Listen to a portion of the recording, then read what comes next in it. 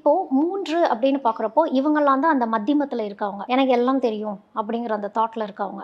இவங்க அந்த விஷயத்துலேருந்து உடைச்சு வெளிய வந்து எனக்கு எதுவும் தெரியாது, நான் நாலேட்ஜ் கெயின் பண்ணிக்கிறேன்னா, இவங்க நல்லா படிச்சு வந்துருவாங்க. ஏன்னா இவங்களுக்கு சீக்கிரம் போர் அடிச்சிரும். சப்ஜெக்ட் புடிச்சா தான் படிக்க வரும். அதர் லாங்குவேஜஸோட கனெக்ட் ஆக மாட்டாங்க. அந்த கதை கேட்கிற மாரி சில விஷயங்கள் இருக்கு அப்படின்னா, அவங்க அத செய்வாங்க. அந்த உடல் உழைப்பு போட்டு பண்றது கொஞ்சம் யோசிப்பாங்க. புத்திய கொஞ்சம் யூஸ் பண்ணுனாலும், என்டர்டெய்னிங்கா இருந்தா தான் பண்ணுவாங்க. இந்த 4ல இருக்காங்கல்ல, அவங்க கொஞ்சம் விவரமா இருப்பாங்க. அவங்க தான். இவங்கலாம் வந்து டியூவல். எனக்கு இன்னொரு முகம் இருக்கு, அத நீ பாத்துறாத அப்படின்னு சொல்லுவாங்கல்ல, அந்த மாரி கார்த்திகைல இருப்பாங்க. ஏன்னா அது அவங்களுக்கு மட்டுமே தெரிஞ்ச ஒரு டார்க் சைடுன்னே நான் சொல்லுவேன். அந்த டார்க் சைட்ல இருந்து வெளிய வந்து தான் நல்லபடியா வாழணும்னு சொல்லி தான் அவங்களே வந்திருப்பாங்க. அந்த குட் ஃபேஸ் அப்படிங்கிறது அவங்க எப்பவுமே வச்சுக்கணும். சரியான ஒரு மென்டர், ஒரு டீச்சர் அந்த மாரி இவங்களுக்கு கிடைச்சிட்டாங்க, ஃபாலோ பண்ணிட்டாங்க அப்படின்னா லைஃப் செட்டில்டு.